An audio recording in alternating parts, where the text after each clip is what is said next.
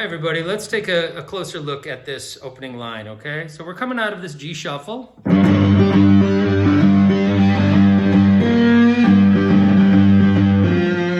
3, 4. All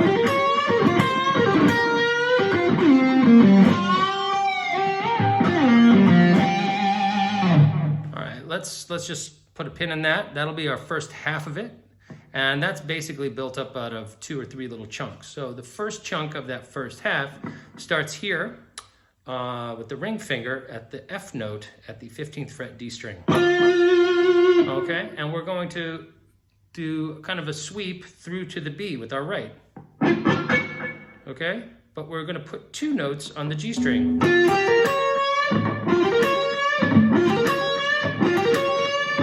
Okay, and I want you to bend the C sharp maybe a quarter step or even a half step and make it all the way to from the flat 5 into the 5th of our G chord. Okay? So we're going to be bending some C sharp, C, and B flat with our middle finger each time. Okay? So that's ring, index, ring, middle. And that's going to be F, G, B flat, C sharp in terms of notes. Okay, starts on the D string, then 2 notes on the G and 1 on the B.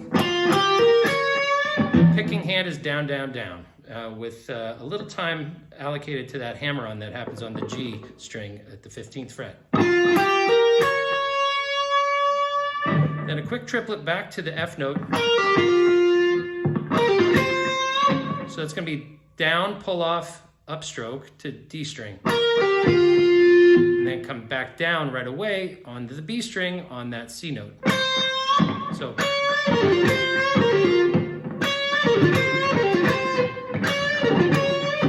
very similar to the first, if you tuned into the first section, there was that technique, right? Same idea. Just pull off, upstroke, downstroke, and kind of creates that snappy effect. Okay, that triplet is really, makes a compelling sound. It propels us through that, especially when we got a swing going in the background, right? So we go pull off, back to our F note, and then we kind of have to reach our middle finger back here to the C note and give another, and then another, and then back again. And then we resolve to G.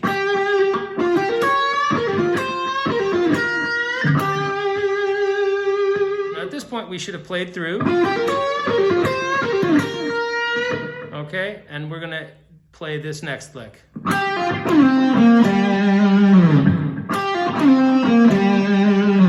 Now, you've ended, I guess you could think of it as ending the first section on the G and you're starting the next one on this F. But I prefer to think of it as, right? I like that Steve Vai thing where you kind of come up a random amount and slide down into this this C note. So, all in.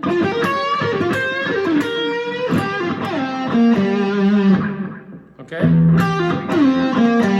I wanted you to make sure that you resolve to this G note at the 10th fret A string with your middle finger. Okay, left hand middle finger, second finger, okay? Because we're going to come right up underneath it and hit the flat 7 of our G sound and this F note at the 10th fret with our ring finger, bend up 2 frets. Okay, so all in.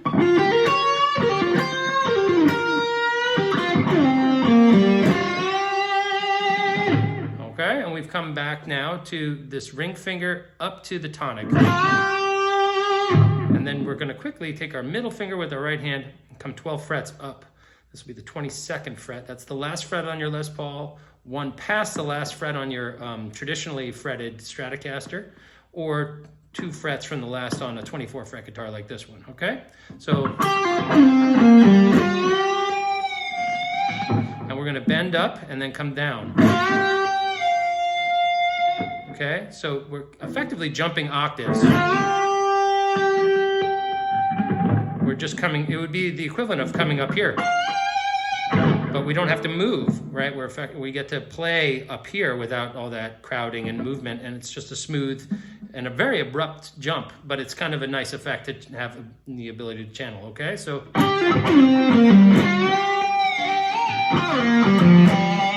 that's the timing, okay?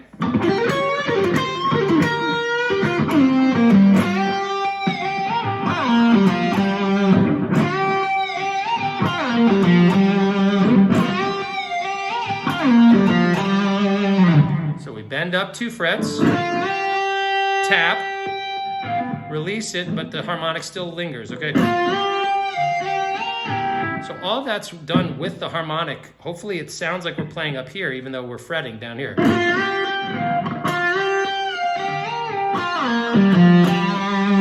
So then we come up 2 frets and then bend 3 frets up to that B flat.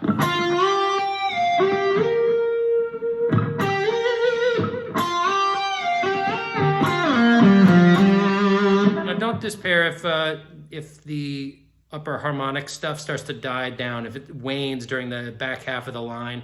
With more volume, it definitely seems to work better, but you know, that's just because the guitar and the pickups and the speaker form like an interactive circle, like a feedback loop. But at lower volumes and practice volumes, it can be somewhat of a challenge to keep it in that upper octave sound. Okay, so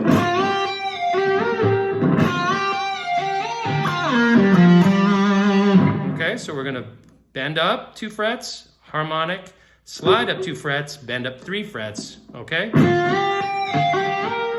Release, okay? Okay, and once we release back down from the B flat to the G, we're gonna hit the F with our index finger and slide back to this B flat. So we're really kind of traversing, we're in 3 octaves. You know, we're hitting this G, and this G. So we're all over the place, but we're not moving our left hand too much. Sorry. So that's okay.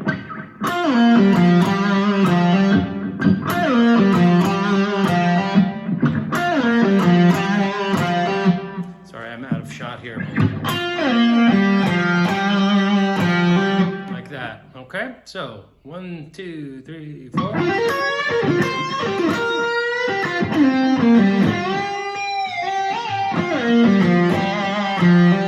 Okay, that last little FG is on the D string from the 3rd to the 5th fret. Okay, and that sets us up for our next move, okay, which is where we slide up.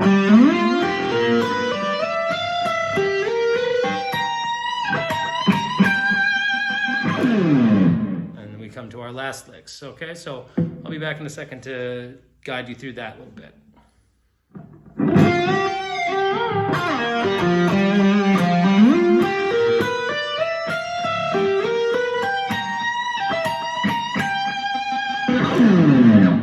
Alrighty, so last little chunk of this sucker. So if we've just done,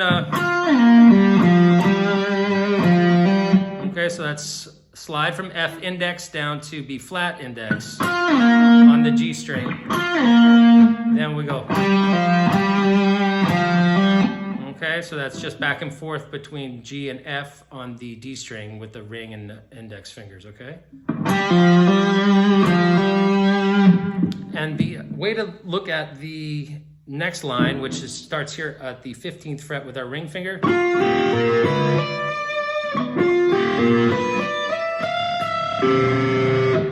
is that it starts down here and includes this large slide, okay? There's no pick on this note. The pick occurs back here, 10 frets below. Okay, so after we fret the G down here at the 5th fret with our ring finger, we're going to slide up to the 15th, but not strike again.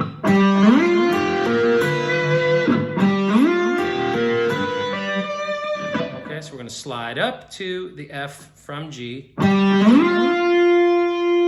then hit the G at the 12th fret, and then we're going to hammer on with our pinky.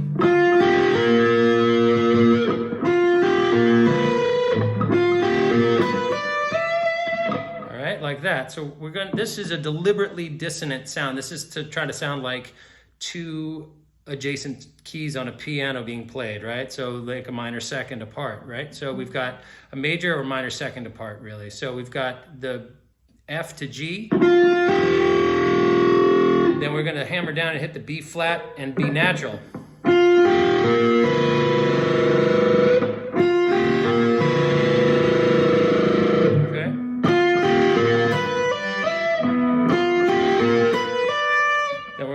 From the B note up to here, we're going to have to release from this B flat with our pinky and fret the D string, I mean the D note on the B string directly underneath it. Then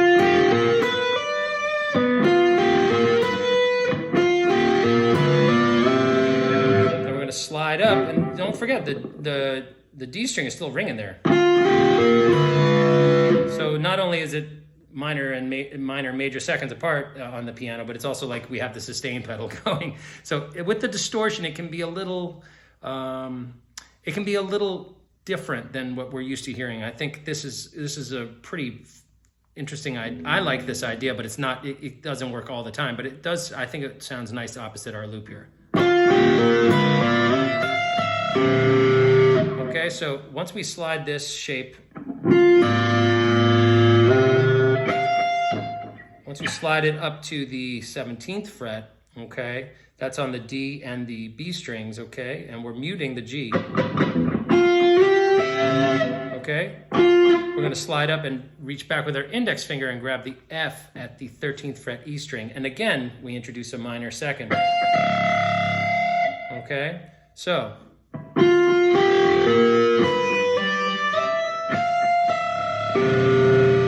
That's our first chunk, okay? And that's good. I doubt that anybody's using this a lot. Maybe you hate it even, I don't know. But I like that sound. Okay, then slide up a minor third, keep the shape, and then reach back with your index finger and grab the 3rd of our G chord. Okay, that's our B note on the G string at the 18th fret? No, not 18th, 16th fret, sorry, pardon me. So,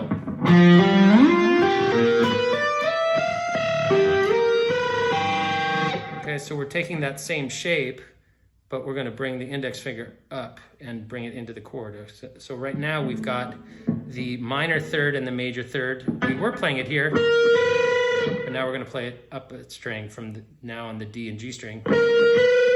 And what that does is it affords us the ability to make the pinky sound the G note here.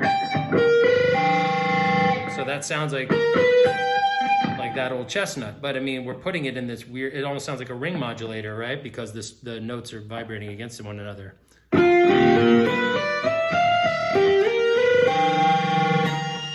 All right, and here we have another minor second, but granted, they're an octave apart, so this gives it like a sharp 9 thing going on. So we've got the major third and the minor third an octave apart, so it's pretty out.